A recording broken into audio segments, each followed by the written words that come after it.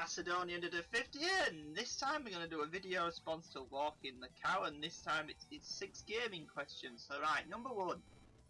A popular game you do not like. Well, this is a nice simple one. Grand Theft Auto. Never could get into that series. I think I literally played Grand Theft Auto 5 on the PS3 for like 10 minutes and got bored. Or like, this cutscene goes on forever, all these characters are just annoying and unlikable and just irritating to me because every single line's generic swear words and barely any dialogue. I didn't find the humour funny. And I actually hate the driving mechanics in the game. For some reason, Grand Theft Auto series I never will ever probably get into. I just don't find it entertaining. And the only time I thought it was vaguely interesting to watch was before San Andreas come out, when it had more of a less childish sense of humour back then. It wasn't just constantly swearing all the time. Ever since San Andreas come out, the game's got a lot more swearier. That's a common thing with lots of games, but that's talking about another subject.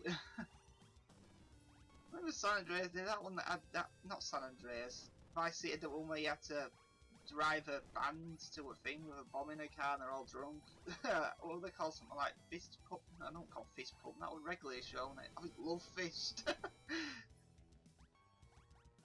That's the one thing I remember about that game. It's more the radio stations than the actual game itself. Yeah, to be fair, it's this entire Rockstar the company, none of their games ever appealed to me or really wanted to play. I know it's probably going to sound completely mental for most people, we're the best games in the world, but they never did anything for me at all. So anyway, number 2, a disappointing game sequel. Now, I could have picked a bad one, but I'm going to pick a fairly easy one, and that's Streets of Rage 3. Well, it's not a terrible game. Here's the reason why it's disappointing. Sega completely botched the game up. As we don't know, the Japanese version of the game is considerably better than the Western version of the game. Because someone at Sega decided, Streets of Rage 2 was too easy for people outside Japan, so they changed the game's difficulty settings. The Japanese easy mode is completely removed from the Western version. So essentially, if you're playing on easy on the Western version, you're actually playing on normal difficulty. So, and here's where the real kicker gets in, and this is where it gets completely stupid. If you get to the end of the 5th level, or not on the so-called easy mode on the Western version, you can't play the final levels and get a proper ending. None of the other games in series did this, and all the games have the difficult levels coded into them through a level select. So this was clearly something Sega threw in the game just to make the game longer.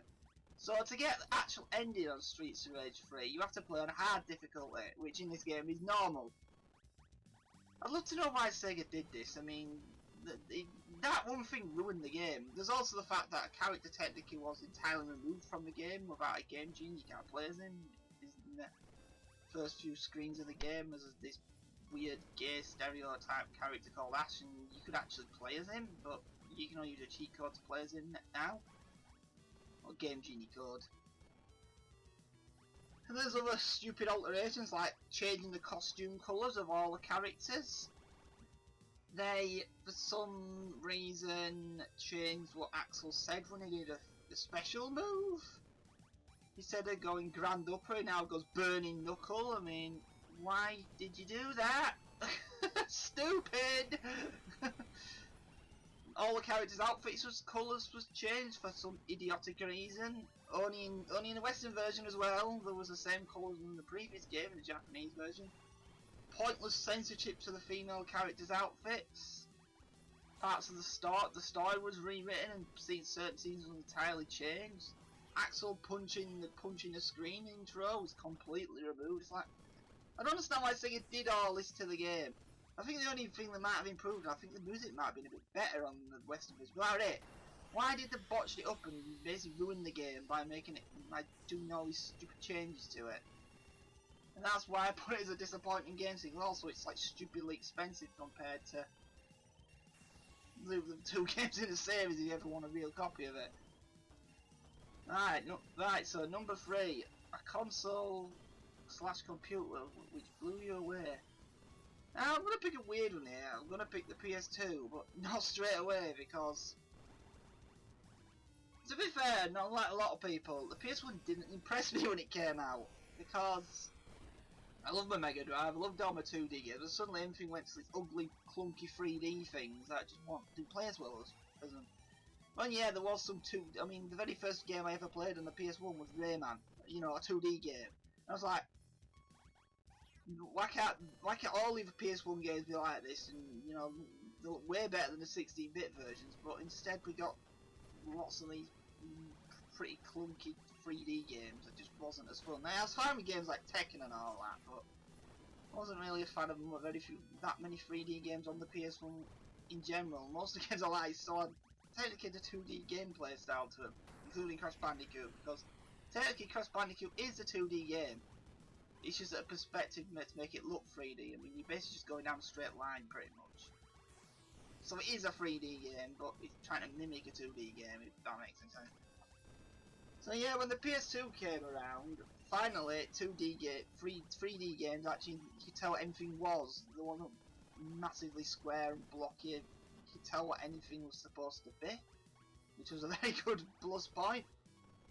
And one of the first games that kind of blew me away, and this is going to be a weird choice, was Kingdom Hearts, the first one. Just how large the game was and how many worlds there was, with all the cutscenes and all that, for some reason did. Of course, we all know that series ended up becoming kind of a bit of a mess, but that was Square. Since the sequel, the story just became a complete mess, and it got even worse and worse. Right, so yeah, I'm going to pick the PS2, and not the thing since has blown me away because it just hasn't. I mean, there's less graphic improvements in the new console system now than there ever was. It's like, there's no that much difference between an Xbox One or a PS4 really to a PS3 and a 360 game, is there? It's just flashier effects pretty much. All the games play the same. Well, anyway, right, on to number 4. A console would like to spend more time playing slash collecting. Now, I'm going to pick a console here that I actually play quite a bit, and that's my PlayStation Vita. I mean, I've got over 60 games for it, which is a lot for, I mean 60 actual physical games. I don't do digital on the thing. And that's a weird system in my opinion, the Vita, because it's kind of like those systems in the 90s you got, like, you know, like the 3DO and the Jaguar, which no one actually really bought. But the thing is, this is made by Sony, one of the biggest companies in the world, but they just decided to not even try to basically send the system to die. They did nothing to help sales of the thing, and they actually literally went out the way to make sales even less for the thing. So it's weird because you put all that technology into something, you don't want to promote it. It makes no sense. But if you don't like Japanese kind of games and stuff, there's not much on the Vita for. Yeah, you can use it as a lot of download games on it, but that's the biggest problem with download. I don't want to do download games on the Vita because, well, I don't really trust Sony with their terrible online infrastructure, where they can just shut down the server and then, oh look, you can't download the games anymore because they're Sony and I've never really trusted them online since they got hacked in the PS3 days. And it took them literally a week to respond to actually tell people what happened, when everyone else would have just said in like under a day. Because, you know, Sony. Right, so yeah, the Via's got lots of actually good games for it, but yeah, if you're into Japanese games, there's obviously going to be more for it than Western games. Western companies just abandoned it pretty much straight away. Oh yeah, and games are a complete nightmare to find for it. I mean, you don't like pre-order a game for it when it literally, before it comes out. You might not even ever see a copy in the wild of it. There's a little copy, you see a mention. I mean, Sony pretty much said the system. Sony pretty much forgot the system existed for over 2 years and is still surprisingly getting games. It's going to be one of those systems years down the line, which is going to be like one of these weird 3D or like Jaguar PC Engine things where they did completely, not PC Engine, TurboGrafx 16, where they did completely terrible when they got launched. But all the games for it were like stupidly expensive years down the line because not many people bought them at the time. It's gonna be one I think it's going to happen with those kind of things.